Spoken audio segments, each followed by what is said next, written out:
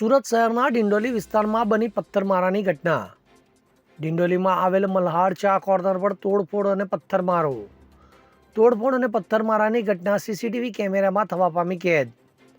તો ગત રાત્રિના 3 વાગ્યાની ઘટનાના સીસીટીવી આવ્યા સામે.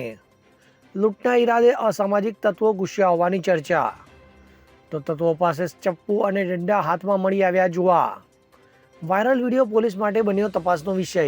હવે જુઓ દેશ દુનિયાની તમામ ખબરો તમારી આંગળીના ટેરવે.